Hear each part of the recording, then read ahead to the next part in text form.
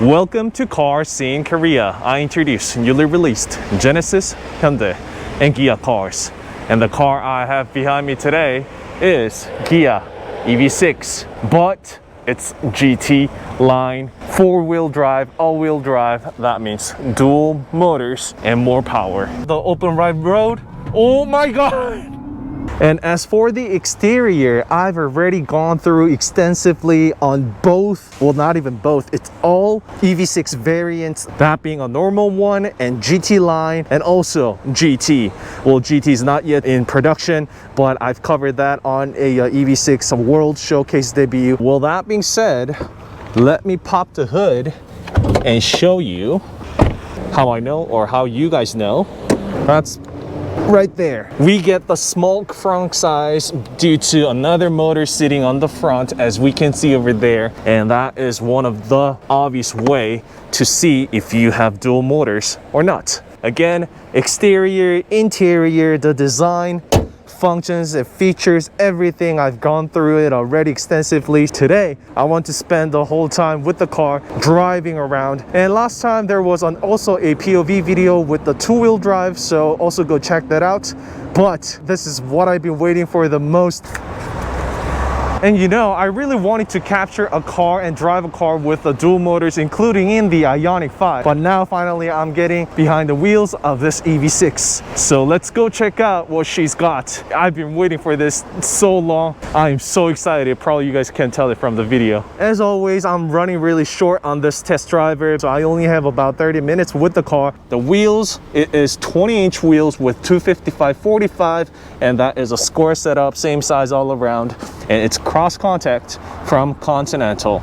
And well, this is not the most sporty summer tire, however it serves the purpose. It's well matched 4-season tires that I also had on my earlier two-wheel drive EV6. I kind of know how this tire feels like already, but I want to put this car on curvy and straight lines if possible, hopefully. And yeah, let's go check out what she's got. It's pretty much everything else remains the same. So it says right here, GT line. Just like any other EV car, the torque, the power, everything is right there. You can feel that enormous, crazy torque of this car and the power immediately. Drive mode is right here. Okay, wow. I just turned it into the sport, and then I can already feel that it's pushing the car like crazy. And with the iPedal on, the regenerative brakes is super strong. You can probably see my car like swerving to the front and back. Check this out. So let go of the accelerator, it just dives down like that. I mean, well, it's braking, right? Whenever you want the car to, this car will shoot itself out. I have the wide open road in front of me.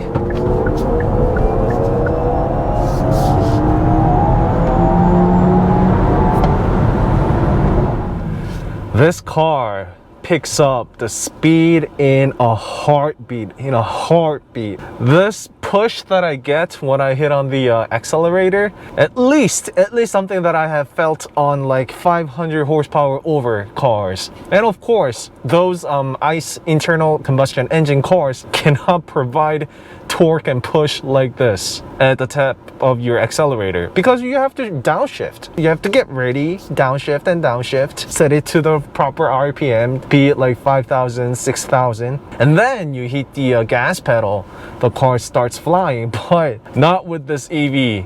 Ready at any time at the tap of the accelerator. Right, so right here is the active sound. It had the largest change, and I can turn it off, turn it on. There's advanced setting with the cyber and dynamic and stylish, but I actually like the cyber, you know. So let's do the cyber once again and get back on the road.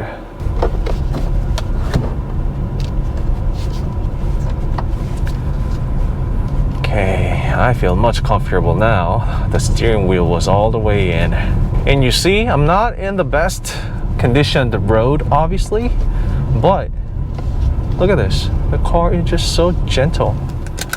I need to make a thumbnail.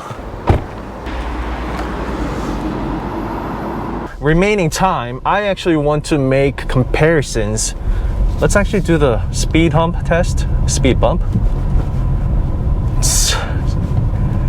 It's ridiculous because it is just so smooth due to that giant wheelbase. When it goes over the first speed bump, there is plenty of space for the front suspension to absorb and smoothen out the impact and have the rear get ready to send it over. And that's how this smooth, comfortable drive is made possible. And right here, I have the open ride road. Oh my God!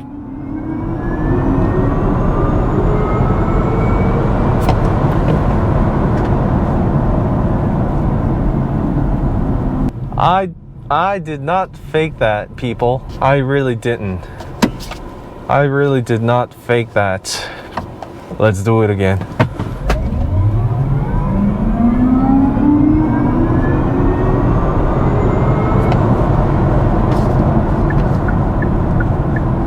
And the brake isn't bad at all. And I am making the comparison to IONIQ 5 two-wheel drive here, but the way the two-wheel drive drove on EV6 was nearly identical, if not the same. Platform, E-GMP, everything is nearly identical on both IONIQ 5 and EV6. So I believe it would go the same way for IONIQ 5 all-wheel drive as well. On your daily regular city drives and just few runs, happy fun runs around the corners and turns, this car will just do fine. And I can't believe that all this power and performance is coming out from the 20-inch wheels and tires. And also it's got relatively thinner profile, so that adds on to the agile and direct steering feedback compared to regular thick SUV tires that goes up to about 60% profile. You can easily see ones from 40%, 45, 50, 55, and 60, and so on. Sacrificing a little bit of the MPG as well as the driving comfortableness there. However, with the thinner sidewalls, what the car gives is more direct feedback on your handling. Let's go again. Oh my God, look at it. This really pushes the car out.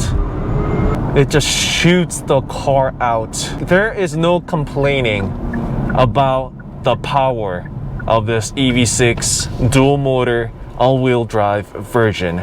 It just is ridiculously powerful. I bet 95% of the time you are the fastest car on the road when you're behind this EV6 GT-Line dual motor. Mostly sports cars don't really look like an SUV, but rather, a coupe, you know what I mean? So I was waiting on Hyundai IONIQ 6 for that reason, but that was before I got to drive this all-wheel drive model.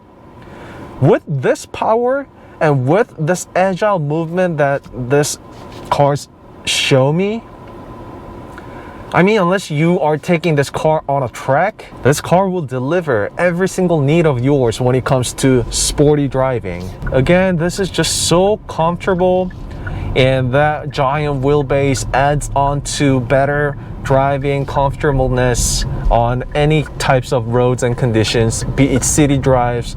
And also the car being an SUV, you have a giant clearance, so you can take this car to places. This EV6 completely changes my prejudice, I might want to say. I'm one of those guys who would say, hey, SUV is an SUV, it will forever be an SUV. Look at this. Just a complete pure enjoy to drive around. Oh, just look at this. Oh my God. What's up with these EV cars? Oh my God, sweet Lord Jesus. Such a shame that this is the only time I have with this car. I'm trying my best, and at the moment this is the best resource I have, so I've just got to go with this. All right, I know it was a very short video, but due to the limited resources, it's the best I can do. I really wish I can get some quality time with this EV6. I promise I will, and come up with more refined and detailed, better POV slash, drives around the canyons and runs. In the meantime, please go check out the IONIQ 5 drive that I did intensively. Although it was just a two-wheel drive, I bet it will feel nearly identical due to the reason being, same E-GMP platform built, and these two cars are brother and sister cars. All right, so that's it for today. Our time is up.